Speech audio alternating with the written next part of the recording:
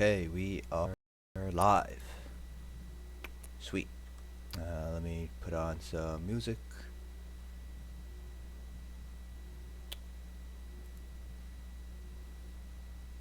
Hopefully OBS doesn't crap itself.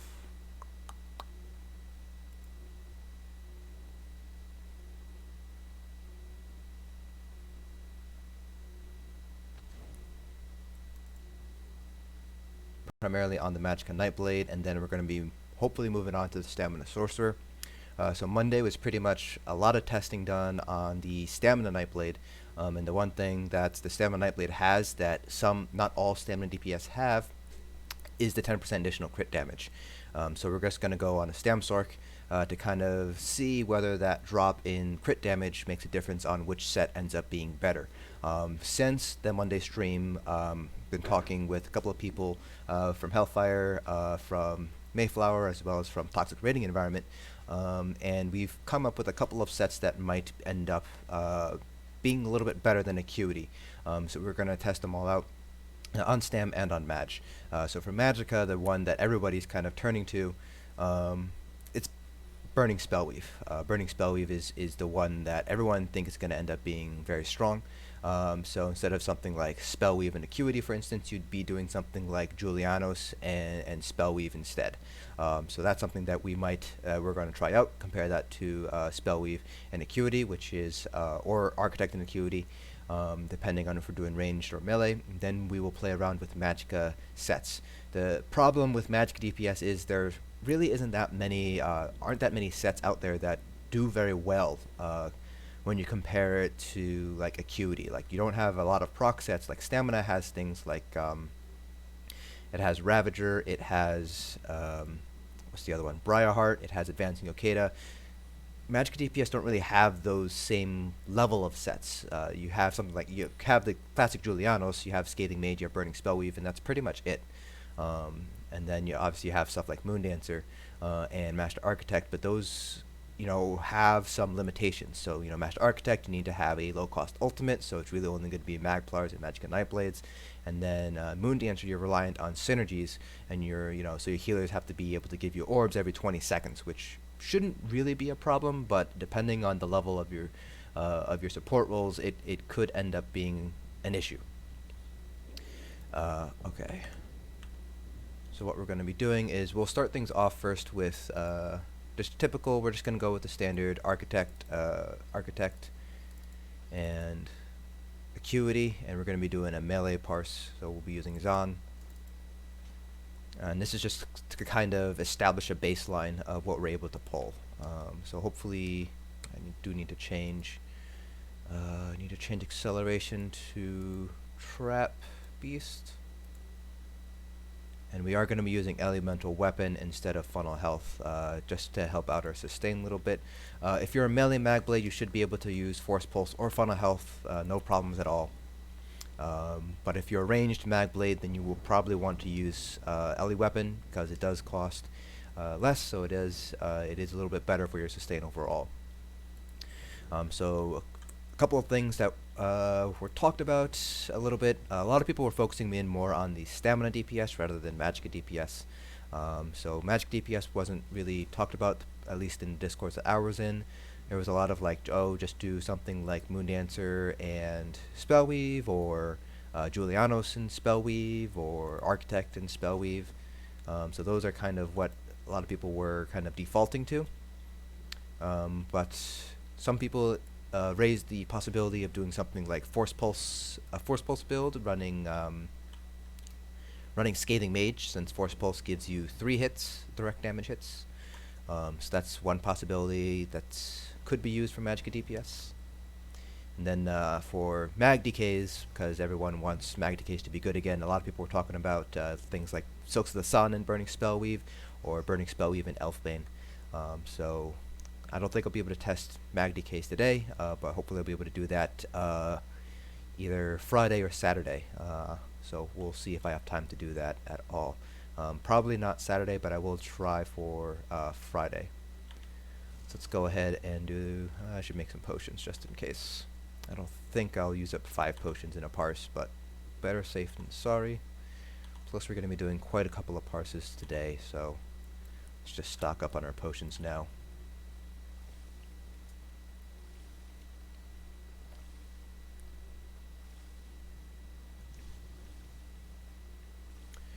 Alright, so Acuity was changed to proc off direct damage, so we're going to try first with Ellie Weapon, and then we're going to try with Force Pulse on a melee Nightblade, and see if there's a difference in the uptime on Acuity.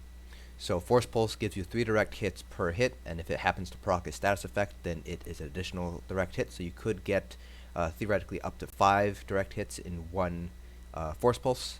So 3 for the Force Pulse, 1 for a status effect, and then 1 for the enchant. So you could get 5, you could get 6 if you get 2 status effects, for instance. If you're using an Asylum Staff, then that's going to be 6 direct damage hits. I think the first hit of burning counts as direct damage. So 6 direct damage hits if you're using a perfected Asylum Staff. So that's kind of why people are thinking Force Pulse will be good if you're using Acuity. So we'll have to take a look here. Do we have a bar swap delay? Yep, we do have the bar swap delay, so we'll just reload UI. And again, this is Architect on the body with Acuity on their front bar, and this is just to establish a baseline.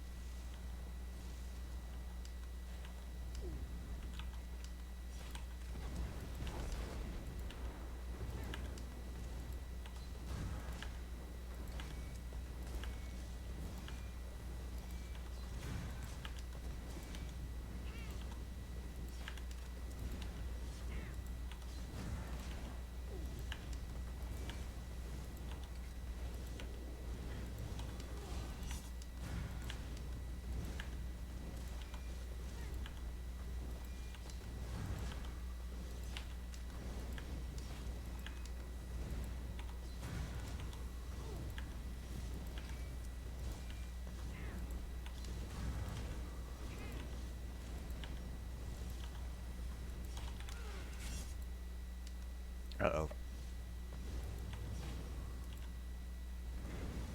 Oh, we had a lag spike there, so we'll have to... We should probably reset that. Let's parse. I just got back from work, so I don't know what the internet stability looks like today. Normally it's not that bad, but the internet recently has been pretty stop and go. Some DNS issues with my internet provider.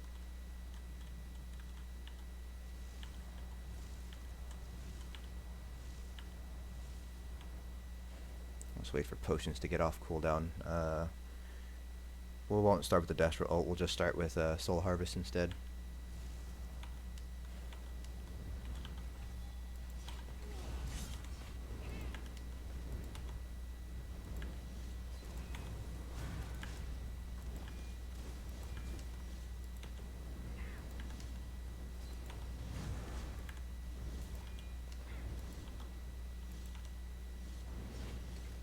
We have a lot of lag spike. It does look like it's affecting OBS. Gonna take a quick look. Internet settings real quick.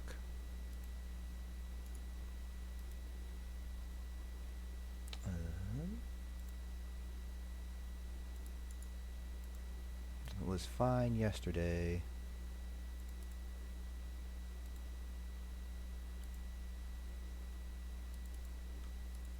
Let's do this.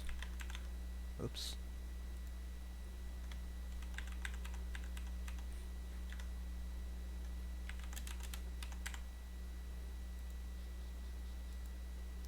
Let's see if that changes things around. If that improves stability or not. Like I said, there have been some DNS issues recently, and that's not something that I can control outside of using a different DNS. So I just swapped over to a different DNS. And that didn't seem to help at all.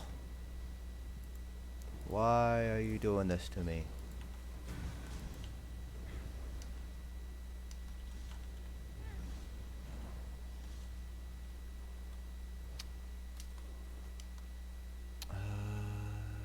see if there are any add-ons I can turn off.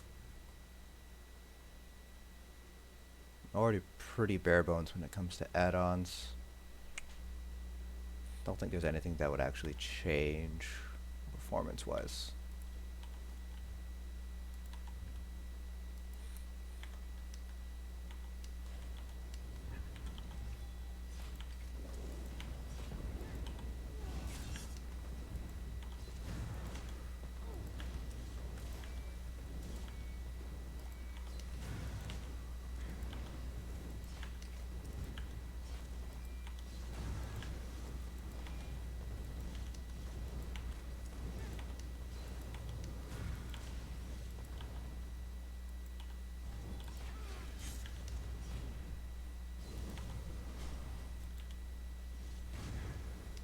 So it seems to be like stop and go here.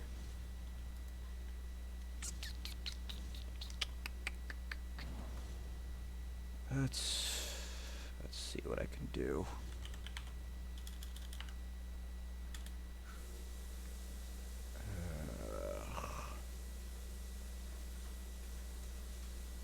Yeah, I am using Cloudflare's DNS. I'm using 1111 right now. Let's see. I don't think there's anything else I can do really. It might be on the PTS's side. It wouldn't surprise me if it is more on the PTS side rather than my side, but I am on Time Warner, so who even knows? Time Warner's absolute garbage.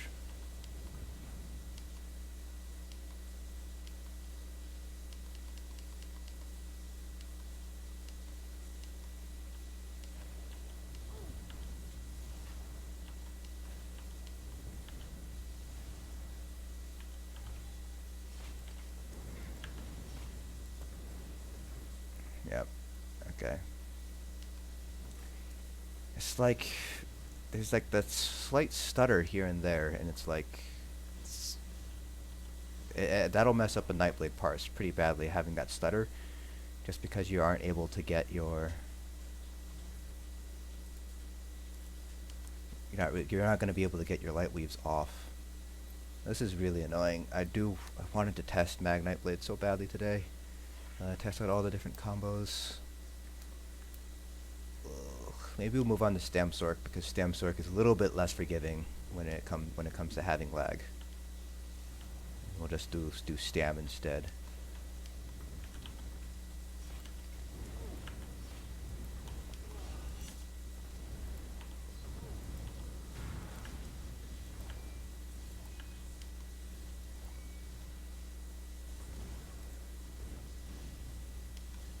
Okay, yeah, we'll move to stam instead. Stamina's not quite as, stamina's a lot more forgiving if you do have lag issues. Especially out of stamsorc.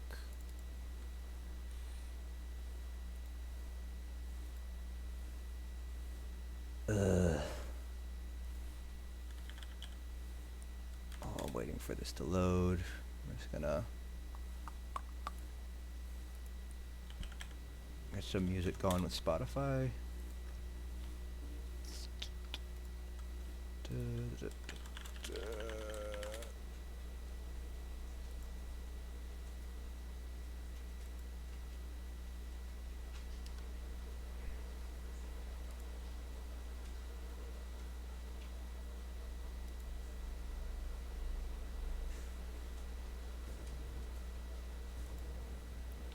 Okay, so we're on stamsorc right now, and right now we have the typical Stormfist, Reliquin, Acuity. So we're gonna try out a couple of sets. So first set is gonna be advancing yokeda. We've had some pretty good success with advancing yokeda, and we'll try out Ravager. Some people have been having good success with Ravager. Then there is another set that I don't think I have right now. I think I have to open it in a coffer and pull that out. And some people have been having good success, and that's actually going to be Veiled Heritance. Now, I did have to open it from the medium overland set, but it is a heavy armor set, so you will have to do weapons and jewelry. So, Veiled Heritance here. It's weapon damage, physical resist, weapon crit. In the 5-piece, when you deal damage, you have a 10% chance to increase your weapon damage. When you fully gold it out, it's by 400 for 5 seconds. So, some people have been thinking this might be good because unlike Advancing Yokeda, which is melee damage, and its crit chance, or Ravager, which is also melee damage and 8% chance, Veiled Heritance, as far as we can tell, doesn't have a cooldown. It might have an internal 5-second cooldown, but it procs off of any damage, so it'll proc off your dots. So there's kind of the thinking that Veiled Heritance might actually be not that bad on stamina DPS. So that's what we're going to be testing out today. So Axe and Dagger. So we'll get a baseline first with Reliquin, Stormfist, and Acuity. It looks like I do need to get more poisons. I have enough potions for now, so I'll just make a couple more poisons. That's like Flesh Fly, Nightshade, Nernroot. Let's do 15. Acuity Parse is only slightly higher than Night Mother's Gaze. Honestly, it's really hard to compare like solo parses when you have penetration sets like you know using Night Mother's Gaze or anything, because in an actual raid you're gonna have a lot more penetration.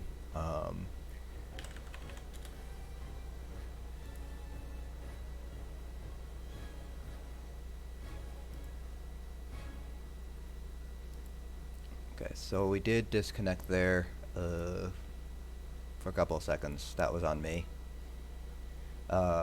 But like I was saying, Acuity is going to still parse higher than, Acuity is still going to parse higher than Night Mother's Gaze, especially now that Night Mother's Gaze is being changed.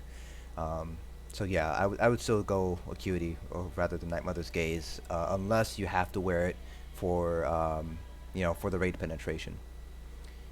For jewelry traits right now for Stamina Nightblade, I've been doing 3 Bloodthirsty. Gilliam, I think, said, what was it? It was either 2 Bloodthirsty, 1 infused, or 2 infused and 1 Bloodthirsty. But based on what I've seen, the difference is small enough that it really doesn't matter what combination you go with. If you're going for the easy route, just get a Bloodthirsty piece, research it, and then just make all 3 of your jewelries Bloodthirsty. But Gilliam, he did the math, and technically whatever he said, I'm pretty sure it was 2 Bloodthirsty, 1 infused. That's going to be superior to 3 Bloodthirsty. But obviously if you want infused Bloodthirsty, then you're going to have to research 2 traits instead of 1. So I would just say go Bloodthirsty for right now until you can research 2 traits and get infused going as well. It's just easier that way, I think.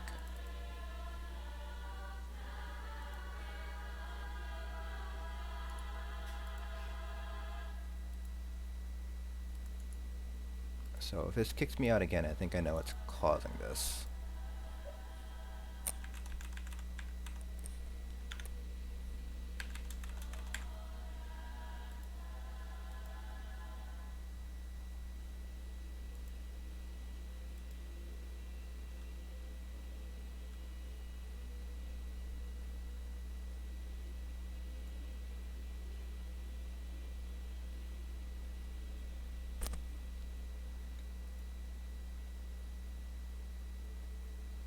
See here. Okay, I think it's gonna kick me again. It's gonna have a login error. This has been happening to me lately. I've been getting login errors. I'm not sure what's causing it. I've emailed support and they were basically like, do a DNS flush, and I did, and it didn't help. Like helped for like 1 login, and then when I tried to log out and log into a different character, it would just kick me again. Yep, there we go. So and try one more time, and if it doesn't work, then I'm going to use a VPN Uh, Apparently, if I VPN, it'll let me in, but if I try to log in using 1.1.1.1 as my DNS, it won't work. I haven't done any DK testing yet. I've been meaning to, but I've been busy organizing a couple of things in real life. There's been a couple of real life events that have been keeping my attention, and so far. Okay, if we don't get the login, then I'm gonna try to VPN in. This is a giant headache networking.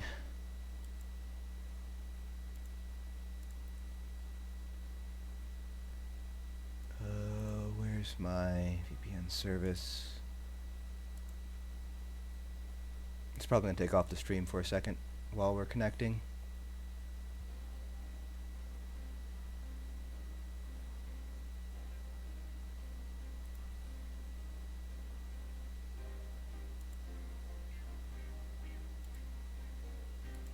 Okay.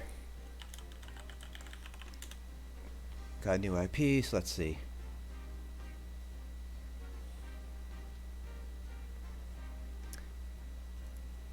Yeah, that makes sense, Lori. So one of the things that I was concerned about with everybody running Bloodthirsty is yes, Execute's going to go very, very fast because everybody's doing a lot more damage. But at some point you're going to have to kind of balance that out with Execute phase, because Execute phase, remember, starts at 25%. So, you know, you kind of want to balance that out. Is it 10% additional damage multiplied by however many you have? So 10, 20, or 30, is that going to be better for you compared to having, you know, more consistent damage by having infused? So that does make sense from what, from like a diminishing like return standpoint. Or not diminishing returns, but opportunity cost would probably be the better way to describe it. Okay, so we got Acuity, Reliquin, and 2 Stormfist here. So this is going to be our baseline with a stamsorc. And I am a Khajiit, so that is that. So the one thing that I am concerned about, and actually let's just do the parse and I'll let you know what my concerns are when we get to it.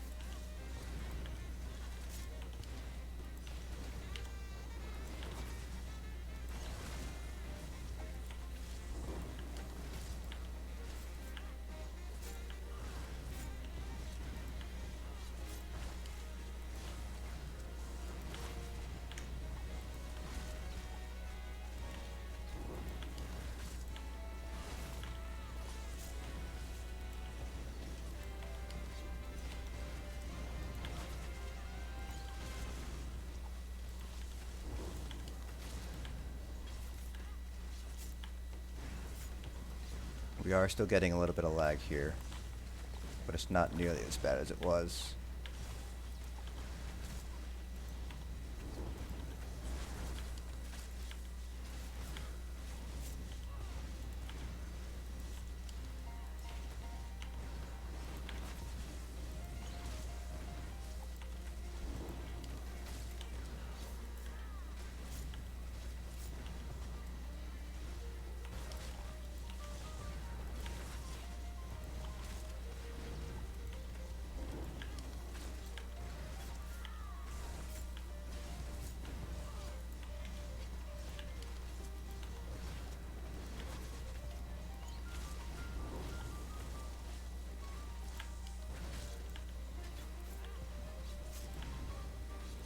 Huh.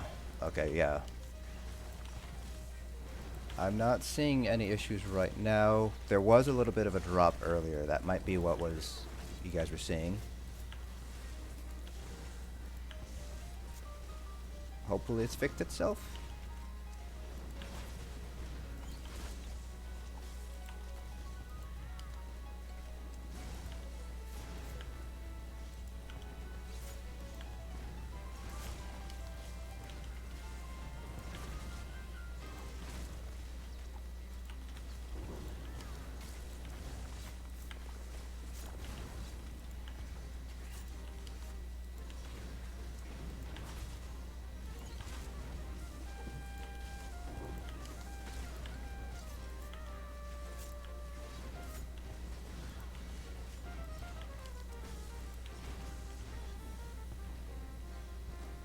Alright, so there was a little bit of lag there.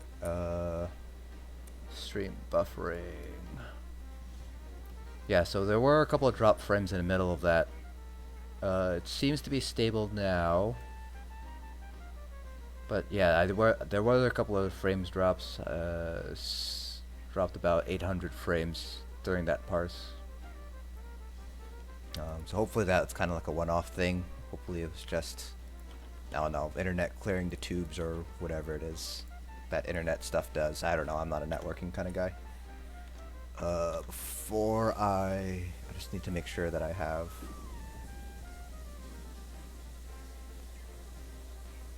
Okay, so it drops some more frames there. Jesus freaking Christ. Get rid of this. Close that. Let me just make sure I have it. Okay, so we have it bound.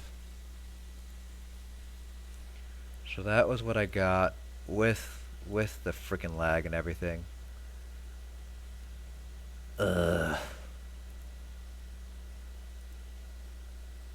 Hopefully the changes I made will... Okay.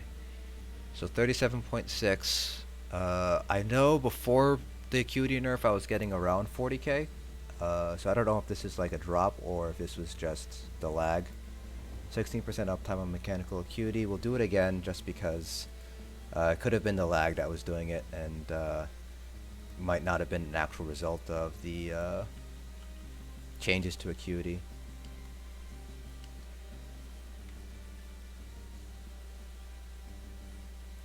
Alright, so let's try this again.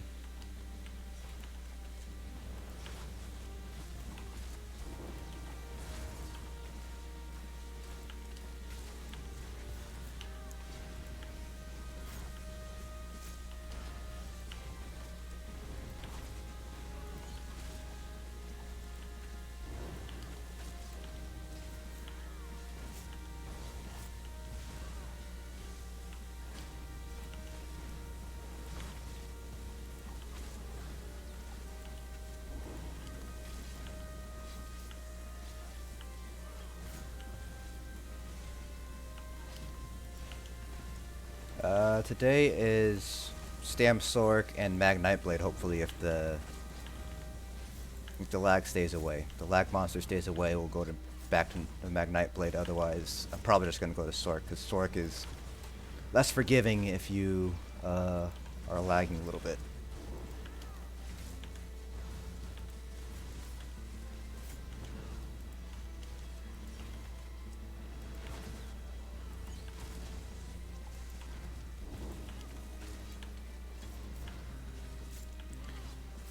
But the idea behind doing stamsorc today is to see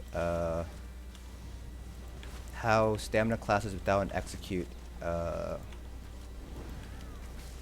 the different alternative sets for Acuity, how they will all kind of play out.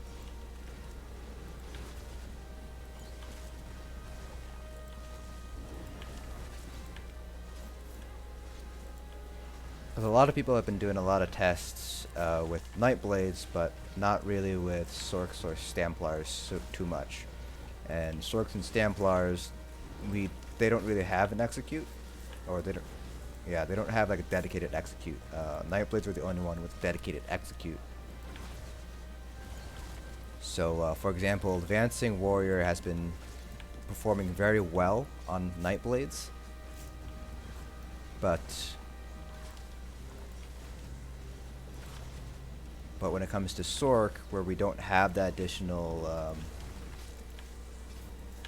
crit damage, the question is, does it perform as well as it does on a Nightblade, or is it more of a wash?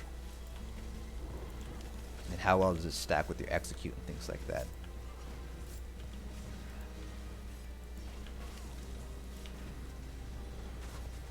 Okay, so yeah, it does seem like 37.6 is about what we're doing right now. So that's another 37.6. Acuity uptime 17%. So the uptime for Acuity is around like 25-26%. So that's what we would usually be able to hit before the nerf. So now it's definitely a bit of a drop when it comes to Acuity uptime. So now that we got kind of our baseline, we're going to try out a couple different sets here. The first set we're going to try out, we're going to be trying out Yokeda first. And that's just because Yokeda has been proving very, very good on a Nightblade. So let's see if that still holds up here on a Sorc. Now, a couple of concerns with advancing Yokeda in particular. So advancing Yokeda is basically like Twice Fang Snake, except instead of penetration, it's critical percent chance, so crit strike. So it stacks up to 5 times, so 2,000 when you have all 5 stacks, and it lasts for 5 seconds. So my hesitation with Yokeda on a stamsorc is because we're using Dark Deal on the back bar, we have basically 6 global cooldowns on our back bar. So we have Hail, Caltrops, Dark Deal counts as 2 because of that cast time, Hurricane, then Poison Injection, which you cancel out of. So you're basically looking at 5 or 6 global cooldowns on your back bar. So if we include Ballista, that gives us 6 global cooldowns. So that'd be 1, 2, 3, 4, 5, and then Ballista would be 6. Which means all of our stacks would fall off when we go back to our front bar. So I'm not sure how we can go about basically making it so we keep our stacks up all the time. Now, on a Nightblade, I was able to get around like 80% uptime on the full stack, so we'll see how that compares on a Sorc.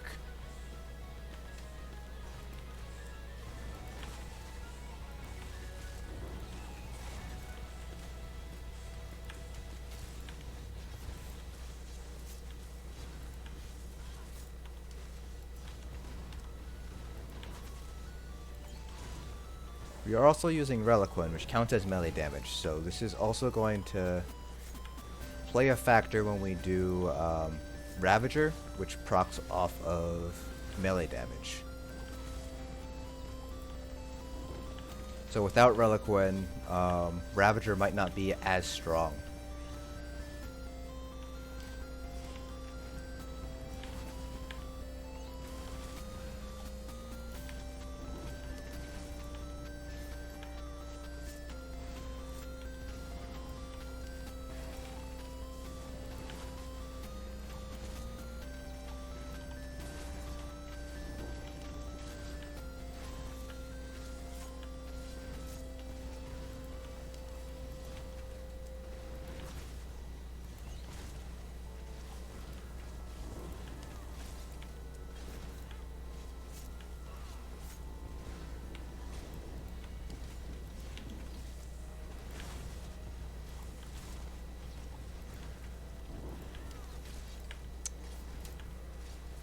You might hear some comments about the music from me, because some of these are old game remixes. Like this one right now is a Banjo-Tooie remix, and it's really making me want to play Banjo-Tooie again. I'm not sure if I can actually stream that, because I play that on an emulator. I actually don't know if you can even like hook up an old N64 to be streamed on a computer. I'm sure you can. I'm sure there's adapters now, but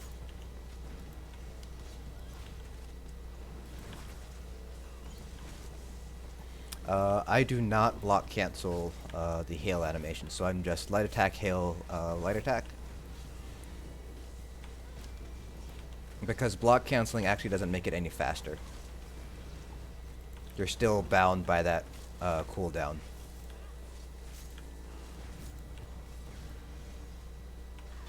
And yes, we are only slotting bound armaments on 1 bar. You don't need to double bar it anymore.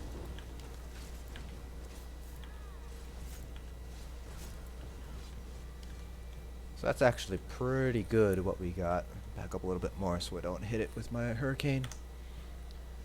So that was 39k. And as expected, Berserking Warrior was lower here compared to on a Nightblade. So we're hitting 73%. And I think I have Yokeda saved here. Is this a Yokeda parse? Yeah, so this is a yokeda parse, and you can see on this is on my Nightblade. We're hitting 81%, so we lost about 8% uptime on a stamsorc, and that's probably, like I said, due to the fact that we have more global cooldowns on our back bar on as a sorc compared to on a Nightblade. But it's still performing better than Acuity. So the Acuity parse was 37.6, and we're getting not 51, 39 on the stamsorc running Berserking Warrior. So we'll do it again just to see if we're able to pull around the same level of DPS again. And that's just so for more of a sanity check. So yes, I am only slotting brown armaments on one bar here, and that's because they changed what bound armaments buffs. So bound armaments on live right now buffs your heavy attack damage, but they changed it here on the PTS to buff light attack damage instead. So basically, to take advantage of this, we need to go for a full light attack rotation. And in order for a stamsorc to sustain a full light attack rotation, we need to use Dark Deal in order to sustain. Because this returns stamina, basically we convert our Magicka into stamina. Which leaves us with 4 slots basically on both bars.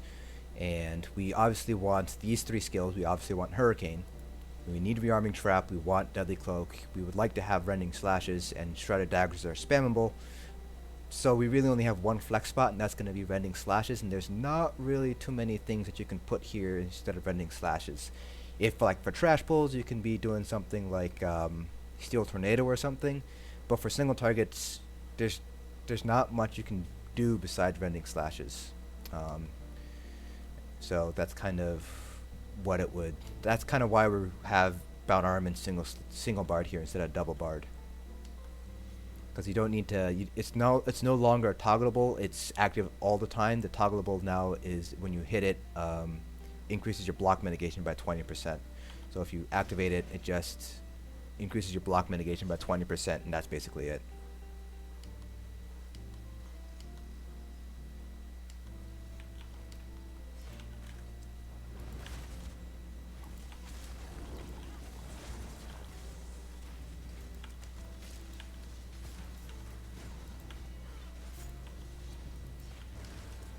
Redguard would be better on a stamsorc with a light attack rotation. I'm just a Khajiit because that's what my stamsorc is on live, so this will give me a better idea of how I'll be able to form relative to my actual character on live. That, and I'm also way too cheap to get a race change token.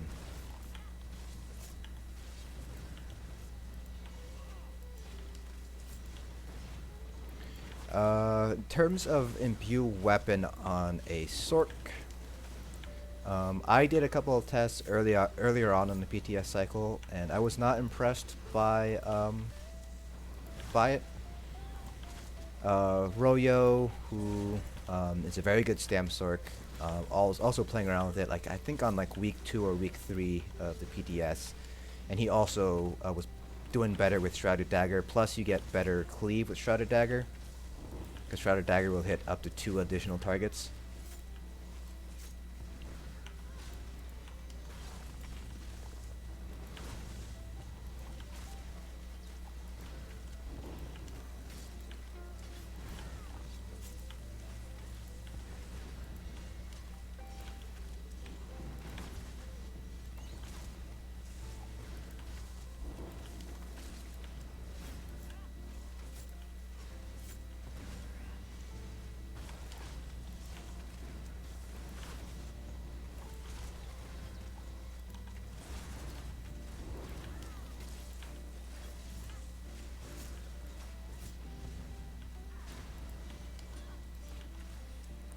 Yeah, I am dropping frames here and there.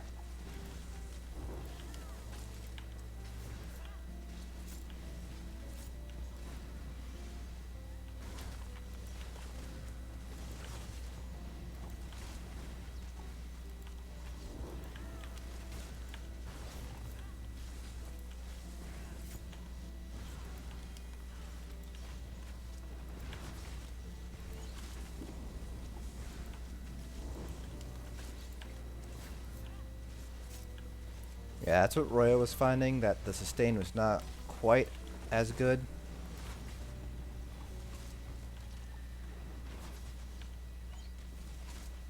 we have that second trap up, the secondary trap. So that was a little bit lower, 38.3, 38.4. Still 73% as our max stack, so that seems to be about what we're going to hit.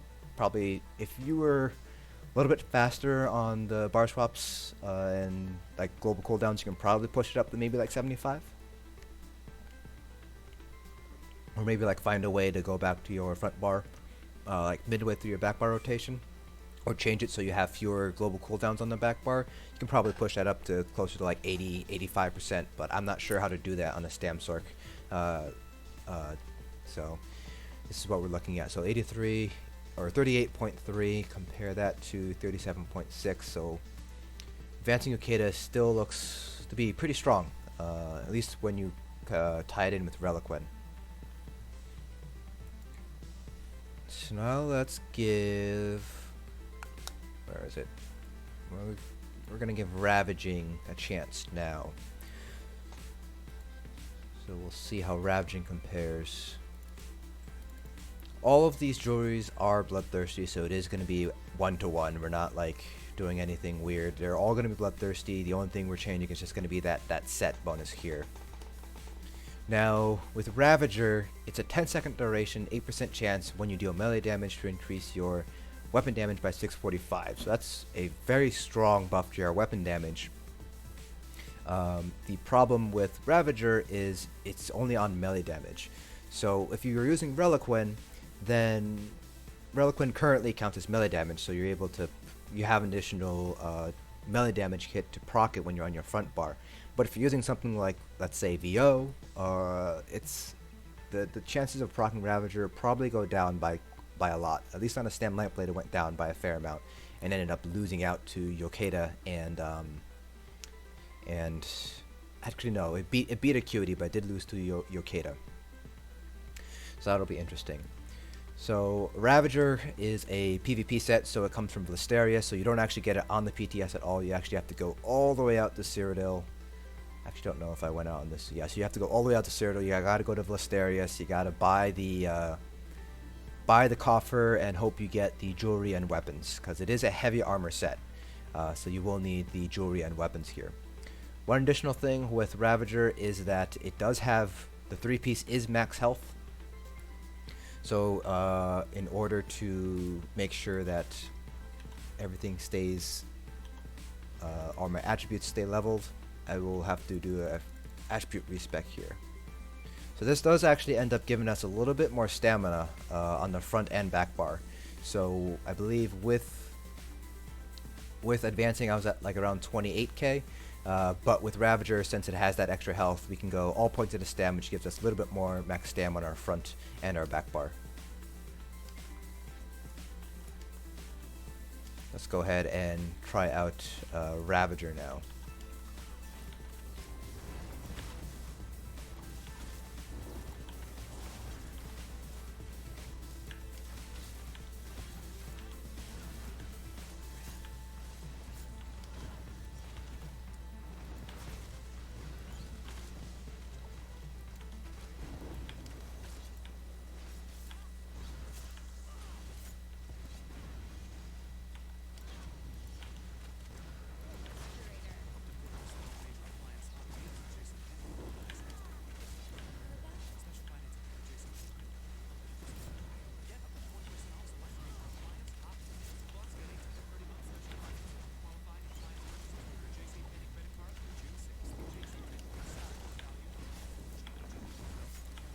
So there was a little bit of buffering there on the stream. I saw it on OBS. I was checking it out. Apologies for that. You can blame Time Warner for having shitty internet. You can also blame Spotify for your JC Penney commercial there.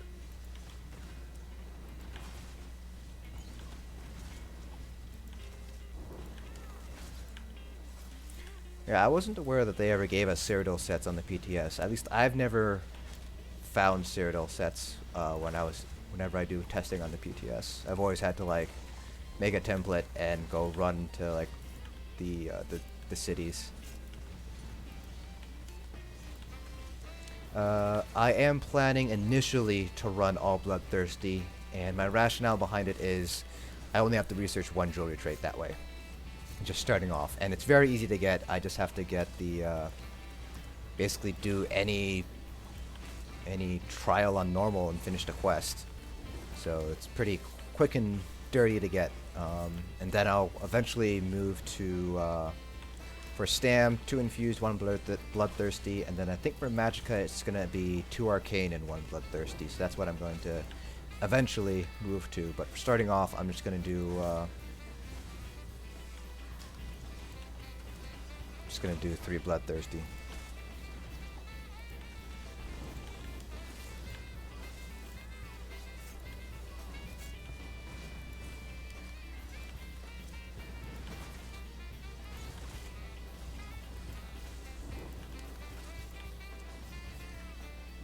That was really, really good parse right there. So almost 35.5k. So this was about what we were pulling earlier when Acuity was not nerfed. And the Ravager, we had 59% uptime on the Ravager. Let me see if I can pull out a Ravager parse here. Is this a Ravager parse? Don't know if this is a Ravager parse. No, this looks an old Acuity parse. It looks like. Yeah, this is an old Acuity parse. This is a Heritance parse. That's what we're going to be testing after this. That's Berserking Warrior.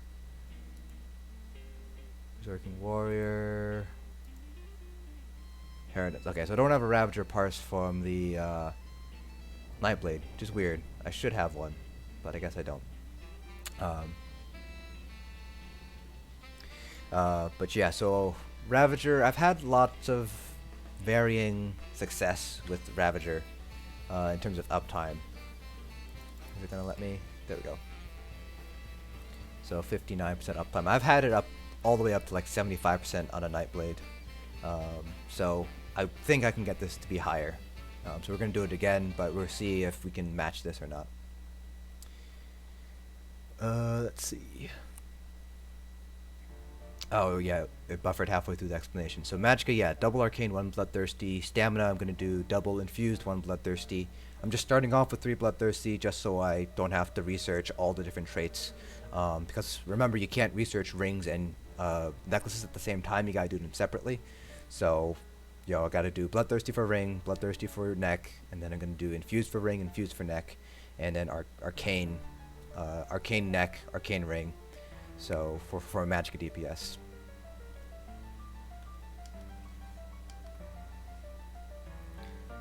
So let's do this again, see if we can get 35.9.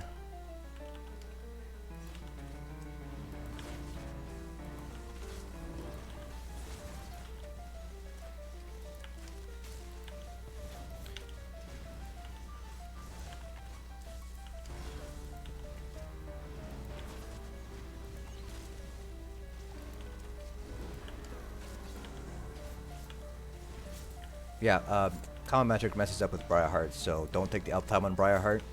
Just assume you have the max uptime, which is 66%, which ends up being about 300 weapon damage. That's the max amount of weapon damage you can get from Briarheart, about 300. Common metrics will always say you have like almost 100% uptime. I don't know what it's tracking, like what the ID specifically it's tracking in game, but it doesn't track Briarheart uptime properly.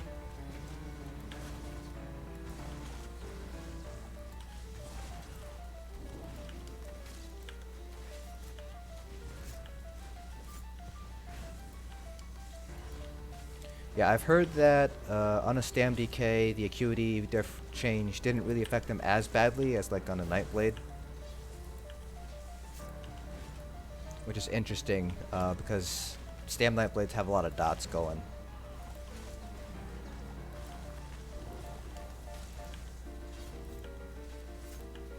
So it could be that like something like Claw might be counting, like each tick of Claw might be counting as melee damage, I'm not sure.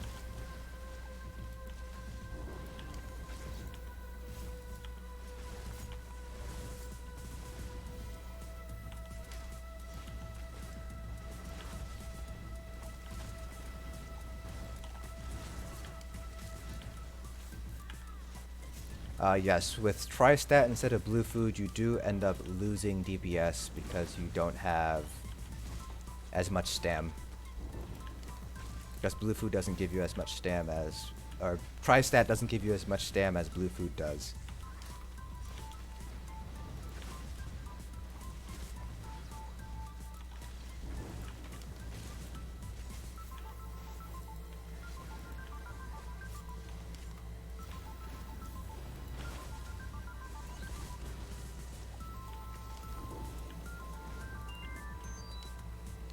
That was a very nice parse again. 39.9, almost 40k with Ravager, and we have 66% uptime on the Ravager that time. So a little bit better, than last time, which was only 59%. So I have a feeling that Ravager, you can probably push it up even higher than this. I know Royo managed to get 75% uptime, so I know it's possible to get as high as that. I'm not sure if you can get any higher than that. Technically, you can get 100% uptime on the Ravager since it's a 10-second cooldown on a 10-second duration. But I've never seen 100% uptime on the Ravager. So we're looking at almost 40k with Ravager. We had 38.4, about 39k with Advancing Yokeda. But again, this is with Reliquant, so we're going to be redoing these tests with VO instead. Or maybe something like, or Hundings or something. Because Reliquant does count as melee damage, which does help proc Ravager. So we might be getting better results with Ravager because of Reliquant. And now the final one that I think I have to upgrade it is going to be Veiled Heritance. Now the problem with Veiled Heritance is the 3-piece is kind of useless. It's physical resistance. And at least on a stamsorc, you don't really need... You're already pretty good when it comes to survivability because you have major resolve, major ward up at all times because of Hurricane. You have minor, I think it's just minor resolve, but from bound armaments, so it's not nearly as useful as the health from Ravager, in my opinion. So I have to transmute all this. So why Veiled Heritance? It is a lower weapon damage compared to Ravager. So it's 400 compared to 645, but it procs off of any damage, so it'll proc off of your hail and caltrops, and it's a little bit increased chance, 10%, which isn't that big of a difference. So the idea behind it is because it'll be able to proc off of hail and off of caltrops, you'll have better uptime on Veiled Heritance, meaning it'll be better than Ravager. Is that going to hold up? I don't know. We'll have to try it out and see. So let's transmute things first, and I have to also re-enchant them.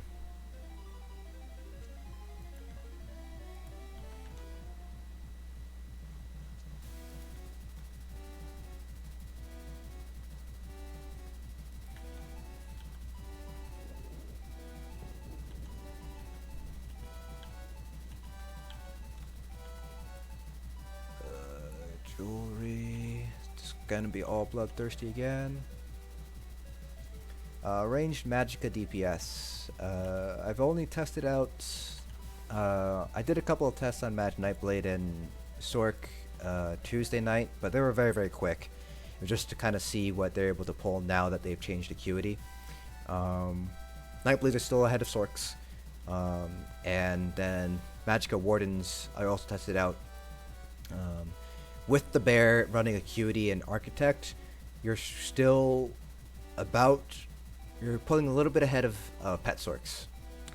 So for ranged Magicka DPS, it does seem like it's still the same pecking order. It's still going to be Magicka Nightblades on top, followed by the Bear Warden, and then Pet Sorcs, and then non-Pet Sorcs. I haven't tested out Magplar yet, and I haven't tested out basically Mag DK. You can kind of do ranged Mag DK now that we have LE weapons, but I'm not sure if it's gonna be good or not. There's still some buffering. Okay, there. Nope.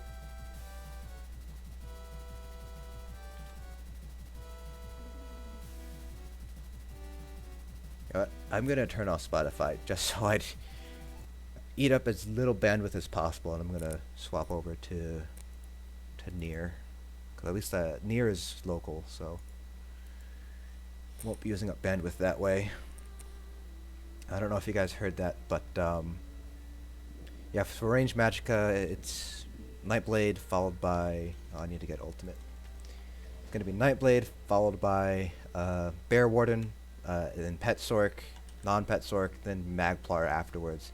DKs are kind of like not that. It's possible to do a ranged Mag DK now that we have Ellie weapons are spammable, but it's still going to be difficult to do because all of our primary damage as Mag DKs, Engulfing Flames, Burning Embers, those are all melee range, so not really viable. At least compared to a melee Mag DK, I should say. Why? Oh. Oops.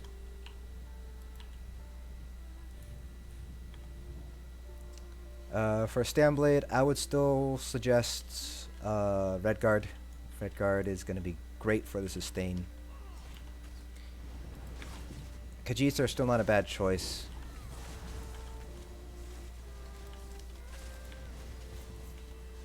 But Redguard is ahead of Khajiits.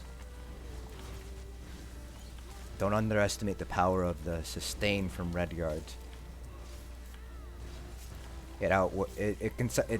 Sustain can outweigh stuff like max stam and stuff.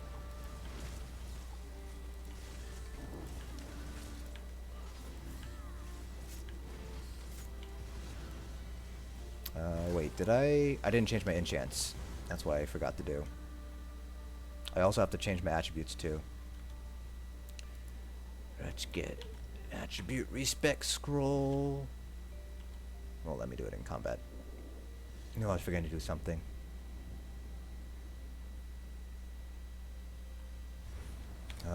Also, before I forget, let's save our parses because they're gonna get eaten up by the time thing. Oh, the Acuity parse went away.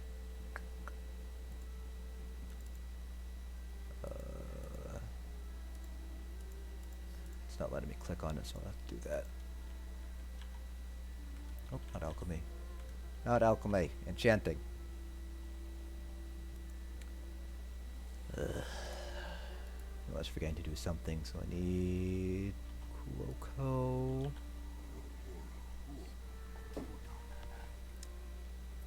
Yeah, Magplars could be good. Rethicidic spammable. I'll have to test it out and see where it stands.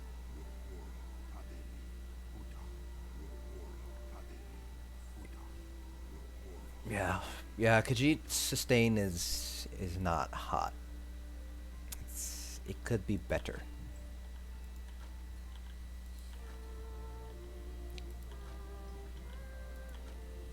Then attributes going 10 and 54. So you can see here, compared to using Ravager, where we can put all of our points into stam, we're losing about like 1.3k max stam, 1.5k max stam, which ends up translating to about like 140 weapon damage. So that's kind of one advantage of Ravager. You can get a little bit extra stam out. But yeah, Khajiit sustain is not great. You don't get any max stamina boosts. You only get, I think it's, 10% stam regen.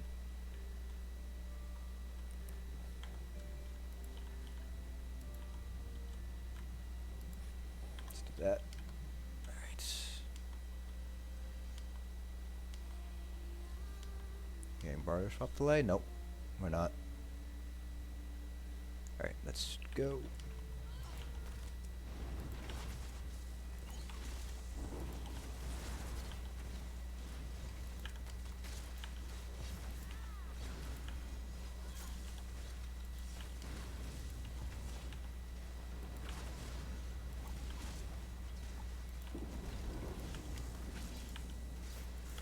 Sets for Nightblade Khajiits. You're really gonna have, I think Stamina's going to have two setups. One for stationary single target fights, where the boss isn't going to be moving around a lot, and you don't have to really swap targets. So something like Rakat, for instance, or a lot of the Kraglorn trials, where you don't have ads. That's going to be something like Reliquin and probably something like Advancing Yokeda or Ravager. And then you're going to have one where you're going to be changing target. Reliquin won't be as strong. In that instance, you're probably going to want to... I'm buffering.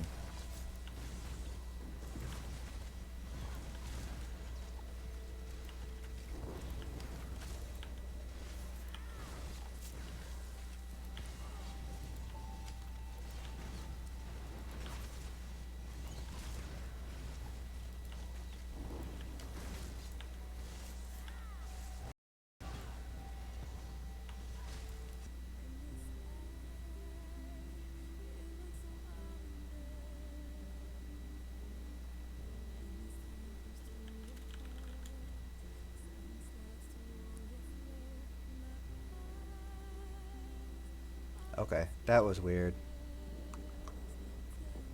Yeah, it was going crazy, and then it stopped, and then it restarted itself, and yeah, so it was saying like on the drop frames on OBS, it was like saying there was like 6,000, and then all of a sudden it just like went to 0, but it didn't say like I stopped streaming or anything, which is really silly. So I have no idea what happened there. But yeah, I was parsing, which is why I wasn't giving you guys updates, but I finished the parse. Yeah. So this is with Heritance, 71% uptime and 37.5k. So if we compare that to what we have from the other two, it's a lot lower. So Yokeda gave us 39, and what is this? Ravager gave us 40. And so Heritance only gave us 37.5. So not that great. We'll do another one to see if it is the set itself, or if this was just a low parse.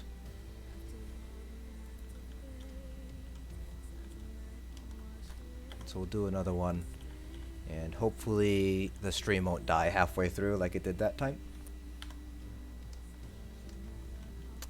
Yeah.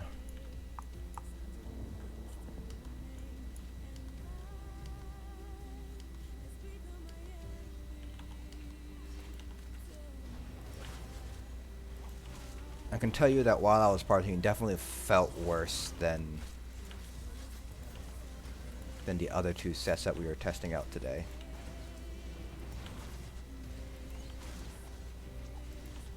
Yeah, remind me what I was saying. Oh yeah, two possible setups for Stam Blades. So this is going to be true for all the Stamina DPS. You're going to have one setup for single target bosses. So like I said, the Kraglorn, I'm not sure how much you guys heard, but like Kraglorn trials, VMAW, like Rakat on VMAW, I should say. Then you'll have a setup for things like the Refab Committee, or the Twins, where you're going to be swapping targets every so often.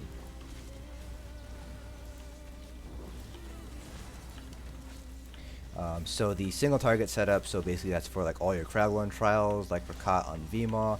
That's going to be Reliquin and probably something like Ravager or Advancing Yokeda, something like that. Now for where you're going to be going up against like swapping targets a lot, so like the Twins in VMAW, the Refab Committee in HOF, you're probably going to want to do something like VO or War Machine and Ravager instead, because Reliquin's not going to be as powerful there, because you're moving around so much, you're not hitting the same target repeatedly, you're not given enough time for those stacks to kind of add up.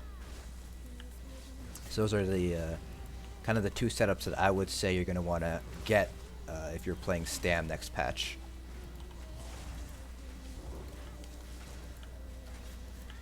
What class is benefiting the most from Psijic Order skill line?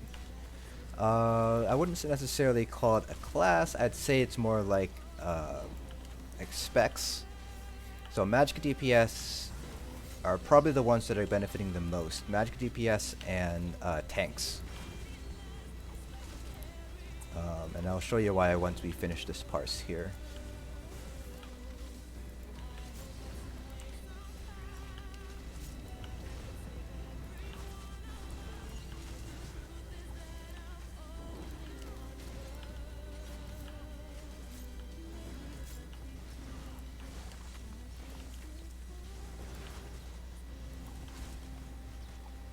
Okay, so that parse was a lot better.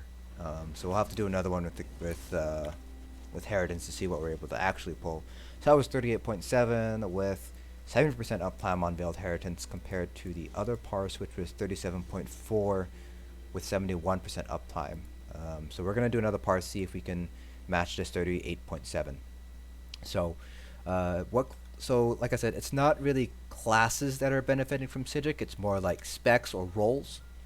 So the two that are really benefiting are going to be your Magicka DPS and your tanks. So Magicka DPS have access to Elemental Weapon, which you can see here.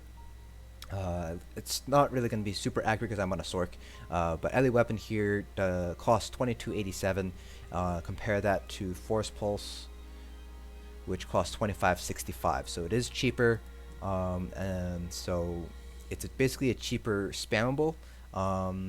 You won't be able to use something like Asylum Staff with it. It does apply a random elemental stats effect instead of potentially applying all three. But it's just cheaper. It's a little bit easier to weave. Some people say it's easier to weave. I find them to be about same when it comes to like ease of weaving. So that's really helping out Magicka DPS. The other skill that's helping out Magicka DPS is Accelerate, which gives minor force and uses Magicka. So you don't have to anymore be in melee range anymore and use Trap or Guard, Stalwart Guard as a Magicka DPS to get minor force. You can now run Accelerate, either of the Morse, Channeled Acceleration or Race Against Time, in order to get your minor force uptime now. So those two skills really help out Magicka DPS. Having a cheaper spammable helps out your sustain, and having a Magicka based minor force skill. Now for tanks, tanks have a couple of nice additions from the Psijic Order skill line. So the first one is going to be Concentrated Barrier, which is a passive here. So whenever you block, you gain damage shield that absorbs 5,000 Magicka as long as you have the Psijic Order ability slotted. So that's just an extra damage shield that you can get. And then Deliberation's another skill that you might find useful as a tank. When you're casting or channeling a Psijic Order ability, you gain Major Protection, which reduces your damage taken by 30%. This is going to be used in conjunction with Meditate, so either Deep Thoughts or Introspection, depending on what you need more of, whether it's health or Magicka stamina. This is a channeled ability, so this is what some tanks might end up using. Maybe not all tanks, but certain tank specs might find this to be useful to have. So you can do something like use Shield Discipline, which is the one-handed shield ultimate, basically giving you 6 seconds of permanent blocking, which gives you 6 seconds of Deep Thoughts or Introspection, which will give you basically health, Magicka, and stamina back. And while you're channeling this, you're gaining Major Protection as well, reducing your damage further by 30%. So that's one potential use that tanks could have. You know, put down your shield ultimate and get a lot of resources back using Deep Thoughts and mitigating your damage there. That's one potential boost for tanks. Not every tank's going to use it. I don't think, for example, DKs or Wardens are really going to use it, but perhaps like a Nightblade or a Templar or Sorc tanks might end up using that. Then the other skill that tanks might end up using, again, this isn't going to be all tanks. It's really going to be dependent on which class specifically you're tanking on. It's going to be Temporal Guard, which gives you minor protection while it's slotted. This might end up replacing something like Barrier on the front bar for certain tanks. Usually tanks will be running Barrier because it gives you some additional Magicka regen if you have the passives. But minor protection is another potential good buff to have as a tank. There are diminishing returns when it comes to, taking, like, reducing damage, like minor protection, major protection, especially on a tank when you're stacking so many sources of damage reduction. But every little bit helps, and Temporal Guard might end up being useful in trials where you have Oblivion damage coming in. The big example is going to be Cloud Rest, and second boss of Hoth, there's Oblivion damage coming in from while the top group is doing their mechanic. So that's where Temporal Guard with minor protection might help, because that does reduce Oblivion damage. Oblivion damage, remember, goes through block, it goes through resistances, but it is stopped by things like minor Aegis and minor protection. So those are kind of how Sigil Order is going to help out. Now, the interesting skill here for healers is going to be Mend Wounds. This is basically a toggled ability, so very similar to like Pets or Bound Aegis on live right now. You toggle it, and it basically gives your light attacks a heal over time, and then you have a channeled heavy attack, which gives a lot of healing. But based on feedback from other healers, so in particularly Maps, Mapur, one of the main healers for Mechanically Challenged, it's very clunky to use. It doesn't have very good, like, it doesn't flow very well with your abilities. It doesn't proc your enchants, so it's not a very good skill right now for healers to use, at least on your typical Templar Warden healers. For other healers, you might see it, something like a DK healer, for instance, or a Nightblade healer. But for your typical standard Templar Warden healer, Mend Wounds really isn't going to be used too much. It's just very clunky to use. It doesn't behave very well with the global cooldown. Okay, so before that, I was talking about Ravager. We hit 38.7, or not Ravager, Veiled Heritance, so 38.7 compared to 37.4. So I will do another parse just to see which one it's actually closer to.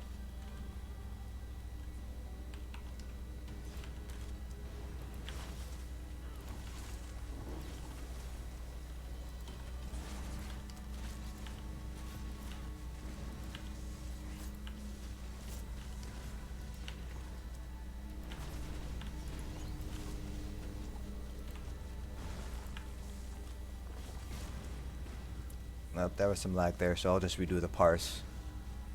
And I did notice that was like system-wide, so there was a little bit of a stream lag there. So I wouldn't say Ravager is going to be a must-have for Stamblades. Based on testing done by both myself and there was another Stamblade that was also testing things out. The raid lead for Mayflower, Jared, he was doing a lot of testing with Stamblade because that's what he mains. And in Advanced Yokeda actually ended up pulling ahead of Ravager.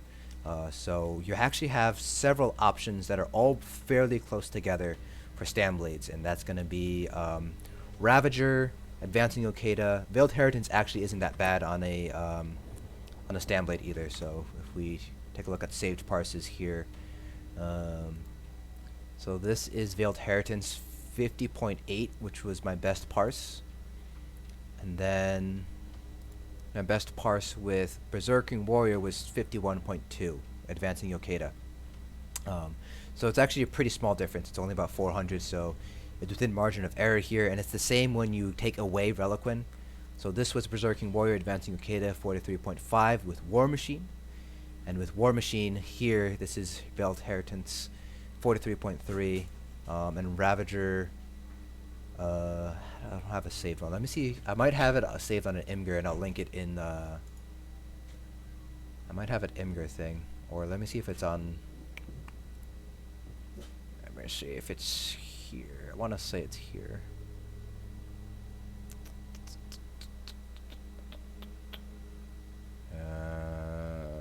Where is it? Okay, I can't seem to find it, but Ravager was pulling only barely ahead of Yokeda, so you do have options when it comes to Stamblade, like sets. So you don't feel like so you're not necessarily pigeonholed into using Ravager on a Stamblade. You could farm Advancing Yokeda from Hell Ra. You can buy Veiled Heritance You can stick with Acuity. Acuity actually isn't that far off. It's only about like 1 or 2k difference. So actually, let me find those parses that Jared posted in the Mayflower Discord. So he did them on a 25 million dummy. So with Acuity, he got 52.2. With Ravager, he got 52.9, basically 53. With Briarheart, he got 53.1. With Veiled Heritance, he got 53.4. In Advancing Yokeda, he got 54.2. So you have options. So Advancing Yokeda was the highest, 54.2. Heritance was next with 53.4. Briarheart was 53.1. Ravager was 53 flat. And this was with Reliquin. So without Reliquin, things might change a little bit, but like Veiled Heritance might end up pushing a little bit ahead of Yokeda. But the rotation that Jared uses, he actually swaps over to his front bar to get a bow proc off when it's off, and then so he basically interrupts his back bar rotation, which I don't do because I'm not nearly that good with my Stam Nightblade to be comfortable doing that. So he's actually able to maintain 99% uptime on Advancing Yokeda. So that's one of the reasons why his Yokeda parse is so high. If you're doing a more static rotation like I am, where you're not bar swapping, like you're not interrupting your back bar rotation, Advancing Yokeda does fall off, and it ends up being pretty close with like Veiled Heritance and Ravager as a result. So let's finish off this Heritance parse here. Oh, good night, Lori. I'm guessing you're like in the EU or Oceania? Oceania? I never know how to pronounce that.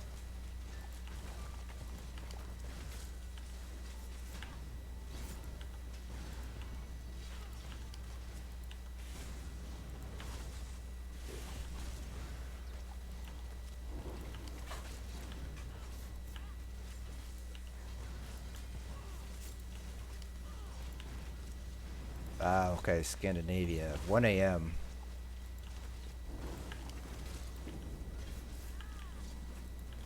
Have a good night, Lori. It was nice to see you on the stream here.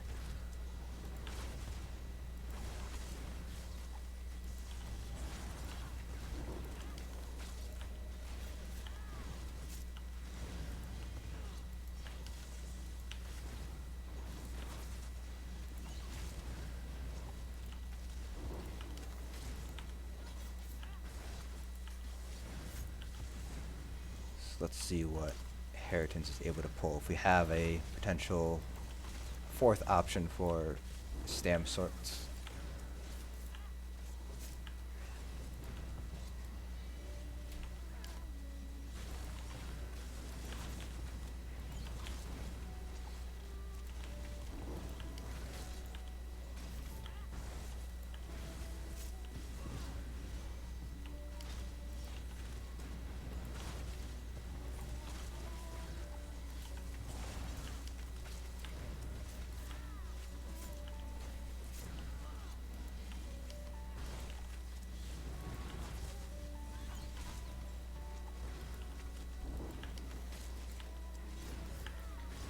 Yokeda on mobile bosses is going to be very similar to Reliquin. It's not going to be as strong because it only procs off of melee damage.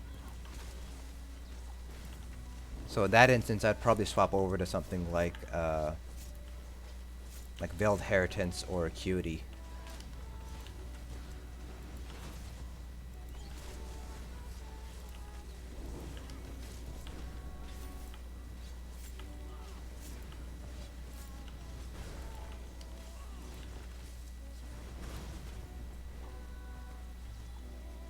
Okay, so it does seem like Veiled Heritance is actually pretty decent. It's 38.9 that time. And then take a look. So 38.9, that's on par with what Yokeda was able to pull. Lower than what Ravager was able to pull, but again, Ravager was paired with Reliquin, so it had much better chances of proccing.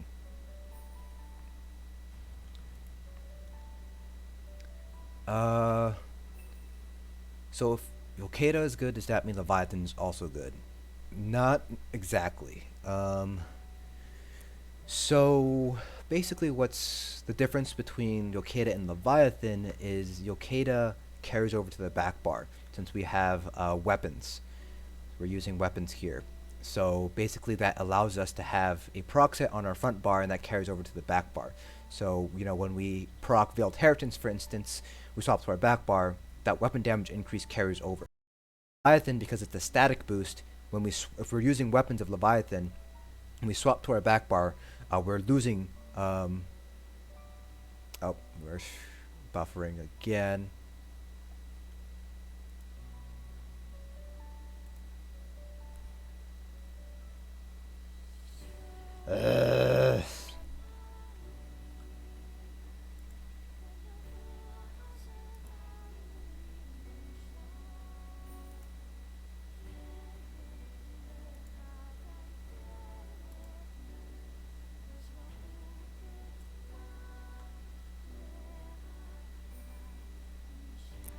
Okay, so that was a big lag spike on my end there. I'm surprised the game didn't kick me at all. But as I was saying, Leviathan, because it's a static set, if you're using it on your weapons, you lose the crit on your back bar, which is why Leviathan won't be as strong as Yokeda is. Because the Yokeda stack does carry over to our back bar, even if it's not necessarily for the entire duration we're on our back bar. So that's kind of the strength behind Yokeda. So when we're on our back bar, we're still getting those additional crits, the crit chance. But if we're on Leviathan, we can't do that. Now, if you say, let's say we have Leviathan on our body and we use like Reliquin as our weapons, well, Reliquin, then we have the chance of losing our stacks on our back bar. If our back bar has, especially on a Stam Nightblade, 6 or more global cooldowns or 5 or more global cooldowns, we lose all of our stacks with Reliquin, so Reliquin doesn't become as strong. Now you might be able to pair it with something like 5 Leviathan body and maybe like VO front bar weapons, so you only lose your VO bonus, 4 and 5 piece bonus when you swap to your back bar. That's something that you could do, but whether or not that's good or not, it's hard to say. That's something that I can certainly try out when I have more time. Okay. Alright, so now that we've done that, so now I kind of want to take a look at, and this is what I did again with Nightblade, is what happens if we aren't using Reliquin. So we're not, on a stationary boss. We're on we're on, let's say, the Twins in Maw or the Refabrication Committee in Hoff. So as a sorc, you're probably going to end up doing something like VO if you want to keep if you're a minor slayer. So that's what we're going to try out. You wouldn't be using something like War Machine. You could be using Hundings instead. So we're going to see basically how VO ends up, basically how that affects the uptime of Ravager and Berserking Yokeda, or Advancing Yokeda, and, well, it shouldn't affect Veiled Heritance because Veiled Heritance procs off of any damage. I'm going to make a couple of more weapon damage pots. And we are getting to the time where I gotta go make dinner. It's about 6:10, so I'll probably do like VO Acuity, VO Ravager, VO Veiled Heritance, VO Advancing Yokeda. We'll try to do 2 parses of each. I'll start off with 1 of each, and then if we have time, I'll do another 1 of each. But it's really dependent on how quickly it takes for us to finish those parses.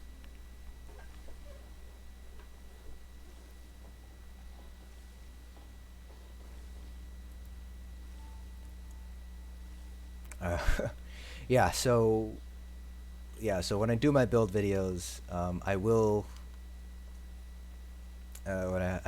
have like different setups. So like my Stam build videos, for instance, are gonna have, this is what you can do for like stationary bosses or it's like stack and burn fights. Here's what you need to do otherwise, because the new sets that come out are very strong, like Sororia for Magicka and Reliquin for Stamina, very, very strong sets, but they have limited use in certain fights. So for my build videos coming up for DPS, I'm going to have basically, this is what you can use in the scenario with Reliquin for Stam, and then if you can't use Reliquin, this is your next best thing. And then for Magicka, it's the same thing. This is what you can do with Sororia. And if you don't have Sororia, or you're in a fight where you can't use Sororia, this is the next best thing. Yes, Myron Slayer does work on dummies. I need to upgrade VO all the way up to gold. So we'll start off with Veiled Heritance, and then we'll move on down the line of sets to test. So got about like 20 minutes before I should go make dinner. So hopefully that'll be enough to run through everything at least once, and so we have a general idea of where things sit. We're definitely going to parse lower compared to Reliquin. Just telling you guys that right now. But we'll see like just how much lower, as well as so let's first actually save this. So this is the Heritance. Let's go ahead and get started.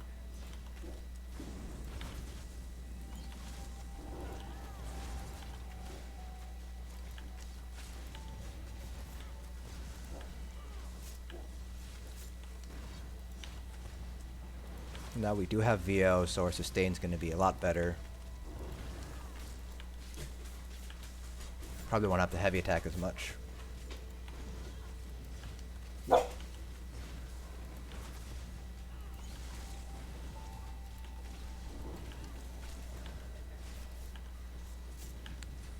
Yes, Pet Sorc is still viable,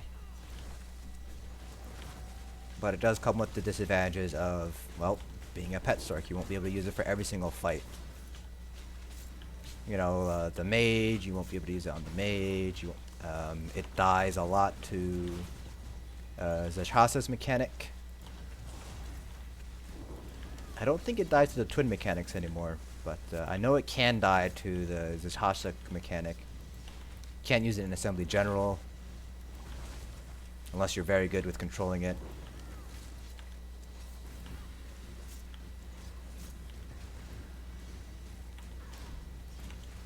Yeah, I need to actually go out and farm at Burning Spellweave Inferno Staff.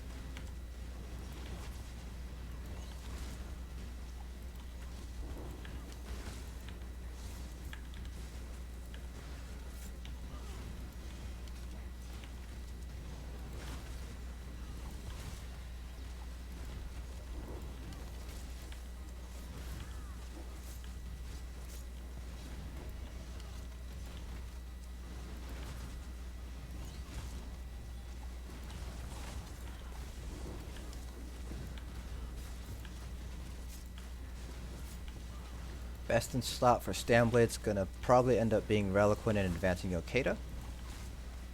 But that's only for fights where you don't have to like swap targets a lot, and you're able to get all your full stack of Reliquin the whole time. Which isn't gonna be every single fight. Oh, gotta get rid of my trap. So that was 33.6. Like I said, we're gonna be pulling lower because we're not using Reliquin. Reliquin is a humongous portion of our DPS. Veiled Heritance 71%. So like I said, I wasn't anticipating it changing the uptime on Heritance because Heritance procs on all damage.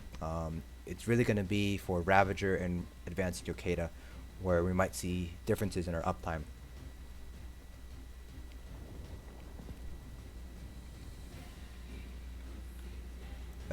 With Automaton and VO, the question is, you know, you have to have VO weapons, obviously. So that's the first thing. And then the second thing is, of course, Well, I guess that's the main thing there. The VO on your weapons. Are you willing to give up a little bit of sustain on your back bar in order to maintain um, your automatons, your bonus there? Kind of up to you to make. With Dark Deal, you should be able to sustain perfectly fine. Like I sustain with Reliquin without any VO, so you should be able to sustain like 5 automaton and VO weapons if you'd like. So that is a potential option. I don't know how it's going to perform overall. There's a lot of different set combinations that you can use on Stam, and so I don't think I'm going to be able to push out my DPS videos for Stam right away. I'm guessing you're still talking about Magicka DPS, Magicka Nightblades, I should say. I'm not sure exactly for Magicka Nightblades. I've so far still looks like Acuity and Architect, or Architect and Burning Spellweave is going to be best for being in melee range. But for range, it's I haven't really had a chance to test out a lot of combinations. I only tested out Spellweave and Acuity and Spellweave and Julianos. And I don't remember what I got because I didn't save those parses. So this is advancing yokeda.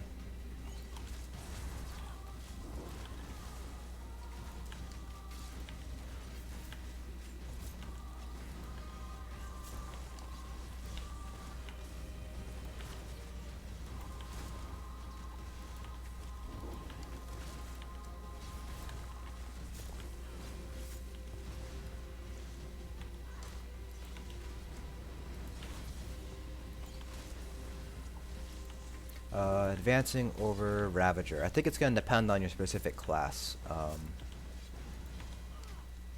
So like Templars and Nightblades, for instance, they have 10% additional max, not max, they have 10% additional crit damage. So the crit from advancing Yokeda is going to affect them a lot more. It's going to have better returns for them compared to like on a Sorc or a Warden, for instance, or a DK, where they don't have that extra the crit damage.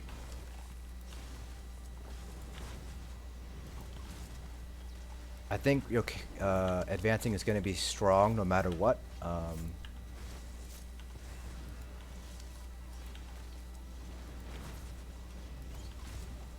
So I would be very cautious to say advancing would be better than Ravager in all scenarios.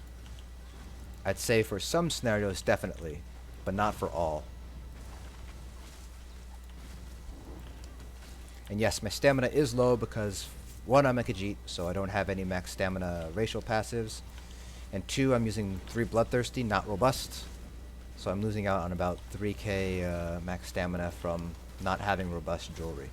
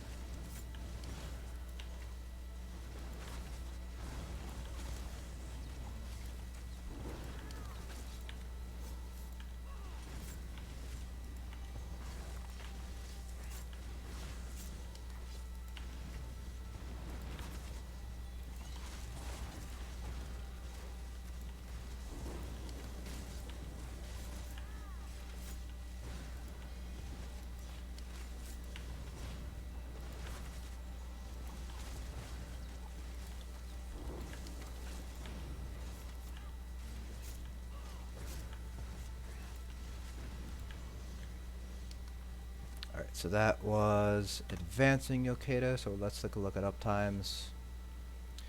So yeah, we had lower uptime overall. We lost about 7% uptime. So this was with VO, without Reliquin. So remember that advancing Yokeda does proc off of melee damage, so we have 65% uptime compared to, is it this one?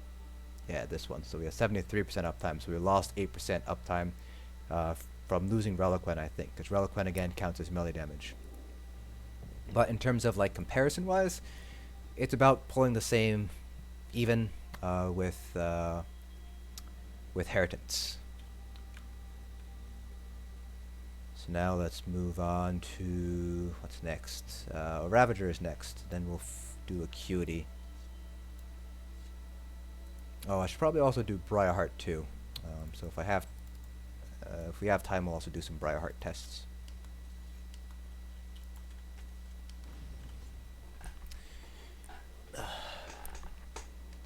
Yeah, it's definitely very different losing all that stamina for bloodthirsty or for infused.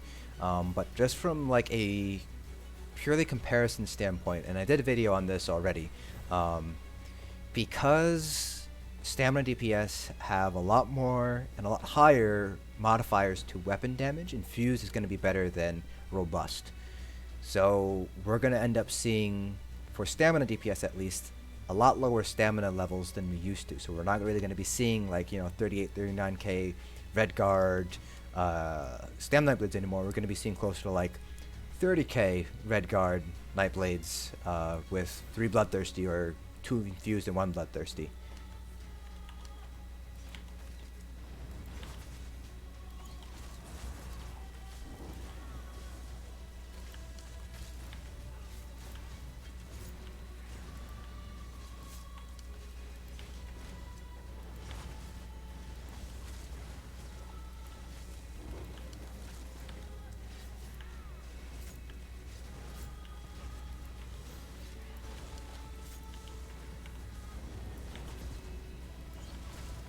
I don't know. I think Gilliam has tested it out. So if you go to Gilliam's channel, you might be able to... I'm pretty sure he streamed it. He had very least made a video about it. So if you go to Gilliam's channel, he might have it on his channel. That kind of results. I'm not sure if it's math or like testing on dummies. But I would go to his channel, check it out.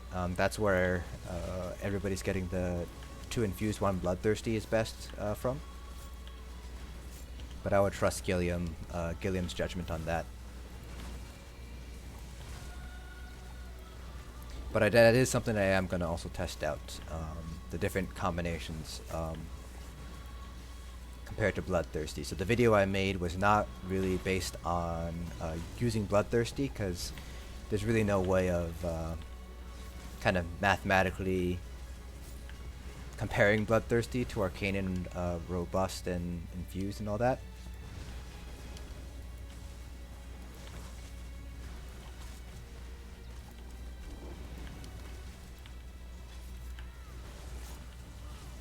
So if I were to compare it, I'd have to do a bunch of parses.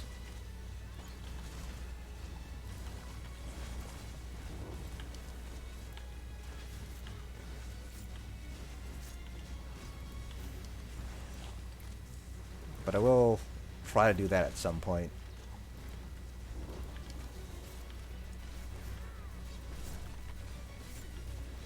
So I'd basically be doing something like 3 bloodthirsty, and then 1 bloodthirsty, and 2 infused, and then 2 bloodthirsty, and 1 infused, and then 3 infused for stamina, and then for Magicka, because arcane is going to be better than infused, it'd be the same thing, just with arcane instead of infused.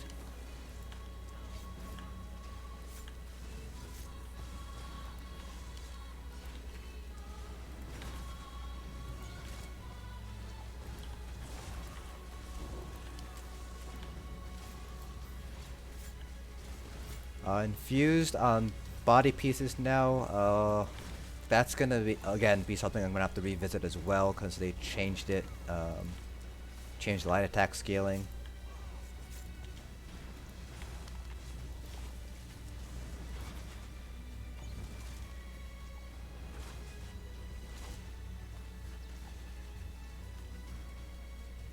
Let's go ahead and take a look-sees. So 32.9k and 52% uptime on the Ravager. We definitely expected lower uptime on the Ravager since we don't have Reliquant to help proc it anymore.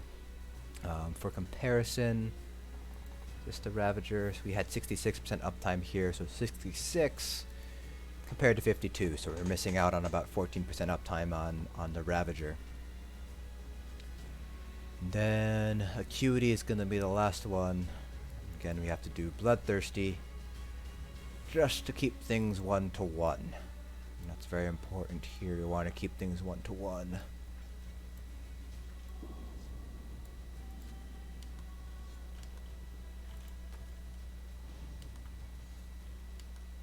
So yeah, Ravager, without Reliquin helping to proc it while you're on your front bar, it loses a lot of strength.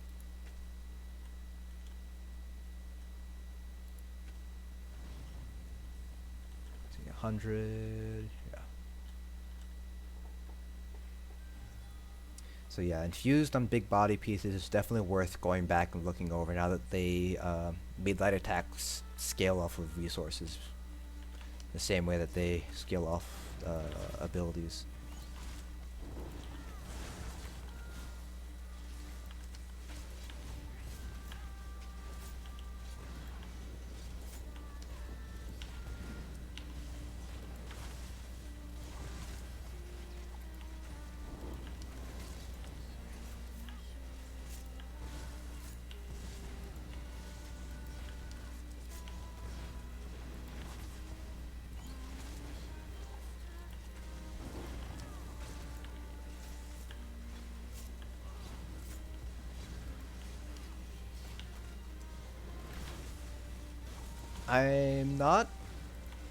I'm not sure how much penetration you would lose running in like 3 infused large pieces.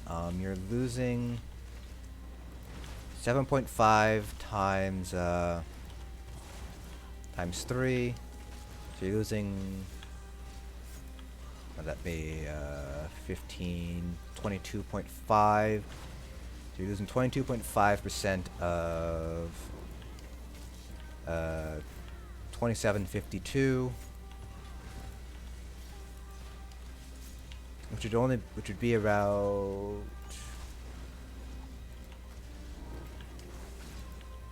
2752, 22.5. So that's somewhere between a fifth and a quarter. Looking at maybe like 450 penetration you're losing by using 3 infused. Rough estimate, that's like ballpark figure.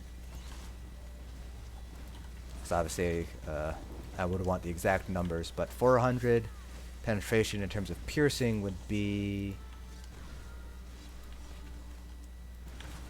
adding maybe another like 5 points. So you're really only losing like 1% uptime on, or 1% on something like Mastered Arms or something maybe.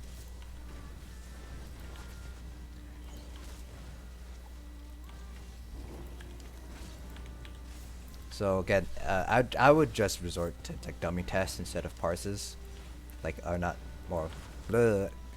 I'd rely on dummy tests instead of math when it comes to that kind of stuff. But I don't think it'll be. It should end up being very close to a wash, but I don't know. I'd want to do the actual dummy tests.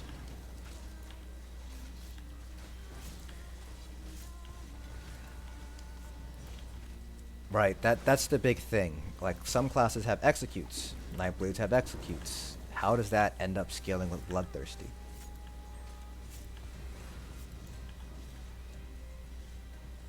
Okay, so that was Acuity. 33.6, 17% uptime. So, doesn't really affect Acuity uptime too much. And we pull about the same. So, like, without Reliquin, like, everything seems to sort of normalize a little bit. And then we'll do Briarheart. Why not? We'll do 2 parses with Briarheart, just to see how Briarheart stacks up. So Briarheart,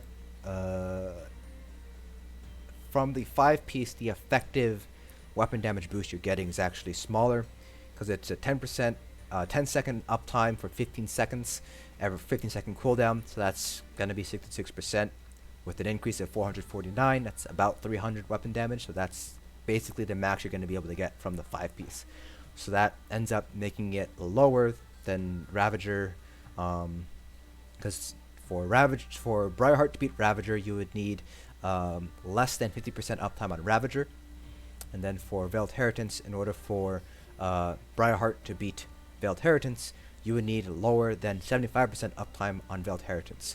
So Briarheart might be able to beat Veiled Heritance or match Veiled Heritance, but it might not be able to beat Ravager. Now the advantage of Briarheart versus Ravager is it has crit, stam crit versus crit health damage. So that might play a little bit into Briarheart's favor there compared to Ravager, even though Ravager is going to have higher weapon damage as that 5-piece effect, typically speaking. So we're going to go ahead and compare Briarheart with VO and then with Reliquien to everything else. And then I'm going to go make some food, get some dinner,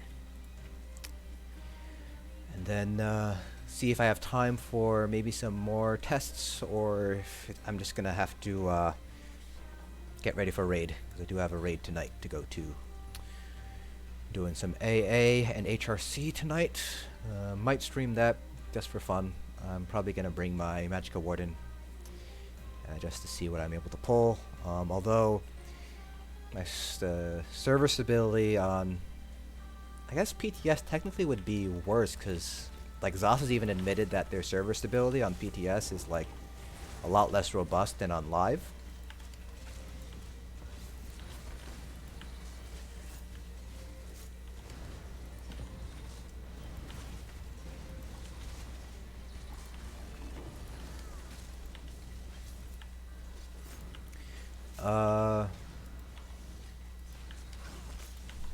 I like them both, but if you're talking about pure raw DPS potential, it's going to be the Nightblade.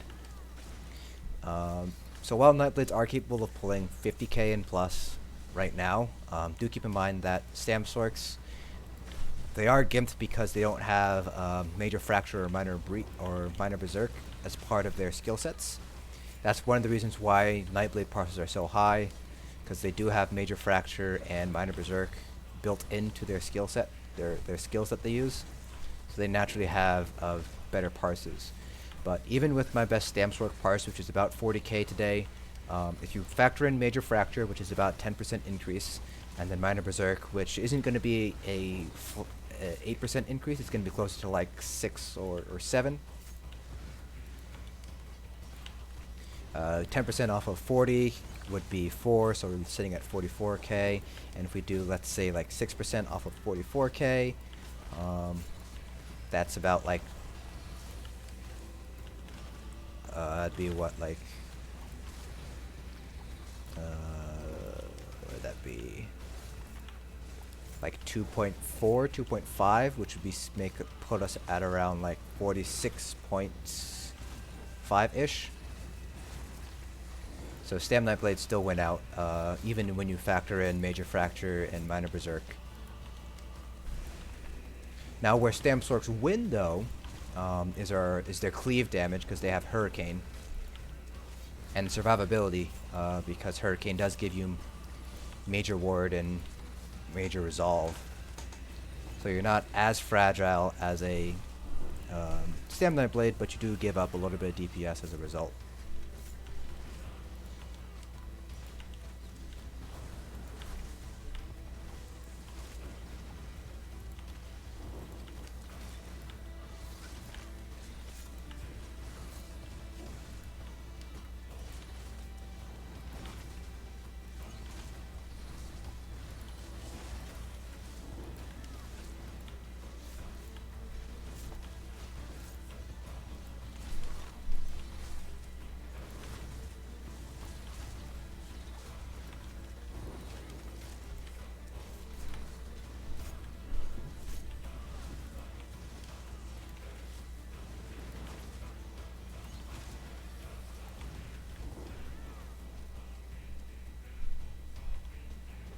We do have that second trap up, so we'll have to pull this up real quick.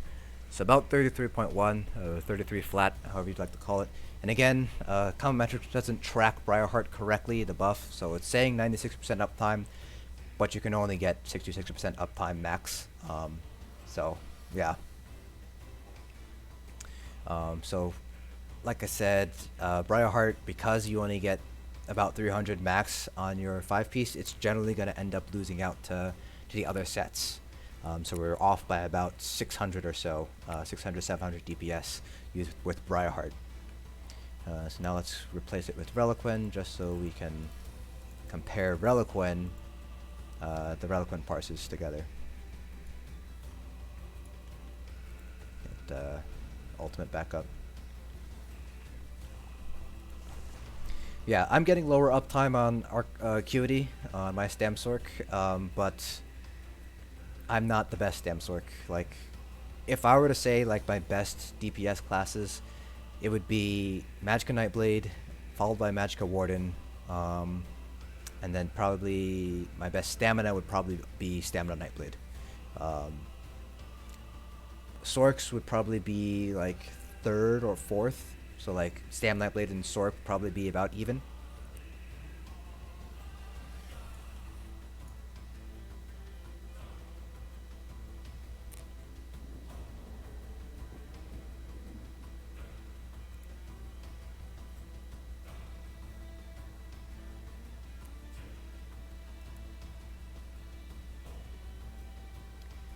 So yeah, Black Mamba, do you have Hurricane on your front or your back bar? So I have mine back barred right now, but on live right now I normally have it front barred.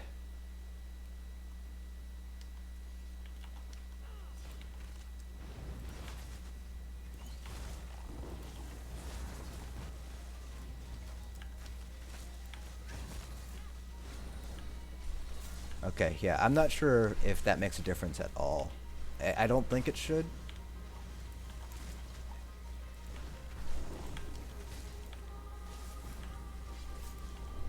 Because I don't think Hurricane counts as direct damage, but I don't know. Little things like that can sometimes make a difference. I know that, so I was just wondering.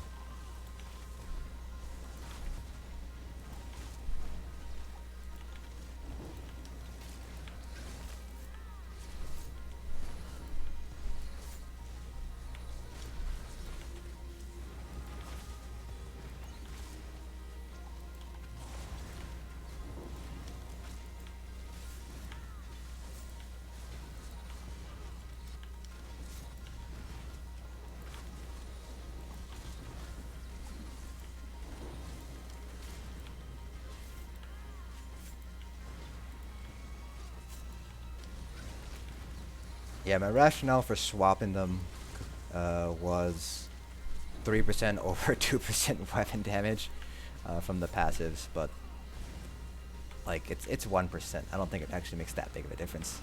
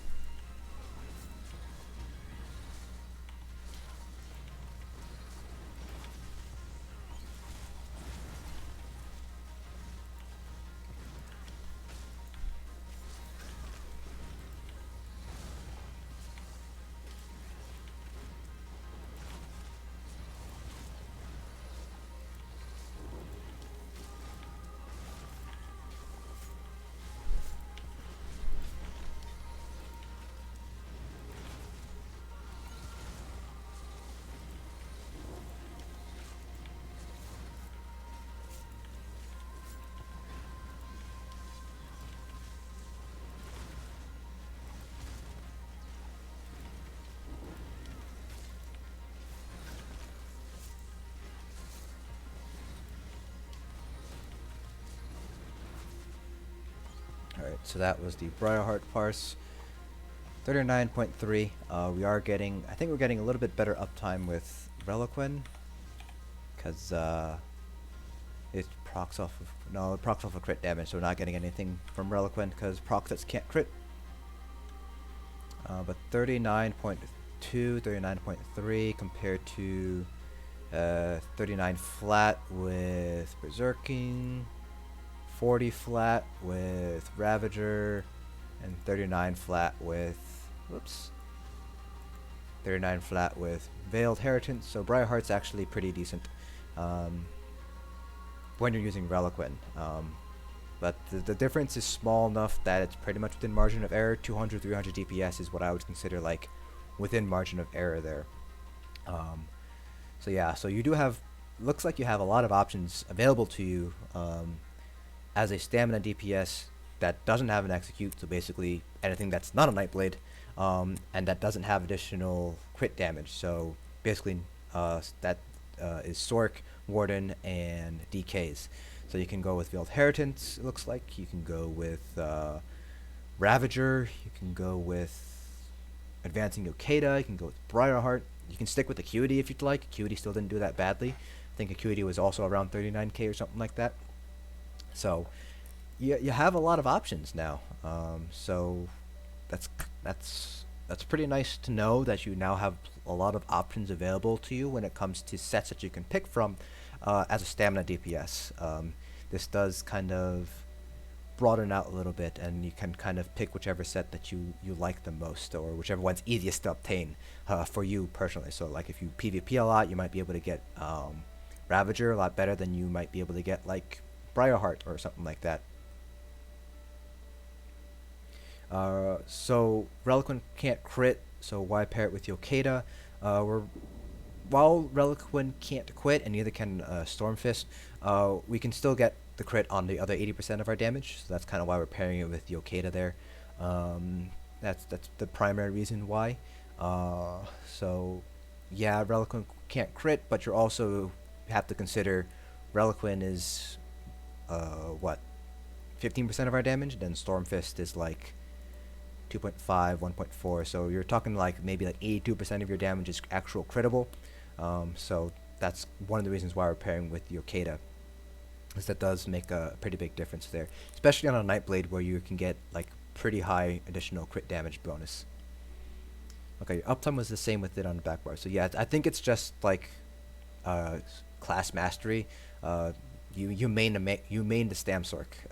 I main a tank and Magicka Nightblade and Magicka Warden, so I'm not quite as familiar with the intricacies of stamsorcs as you might be. So that might be why Acuity is getting a better uptime with you compared to with me, because I'm not as good on stamsorc compared to you or somebody like Royo. I think Royo was also saying that he got about the same uptime on Acuity on his stamsorc compared to like before they nerfed it, and so that's probably one of the main reasons why my Acuity uptime's not as good as your guys, because I don't play stamsorc that often.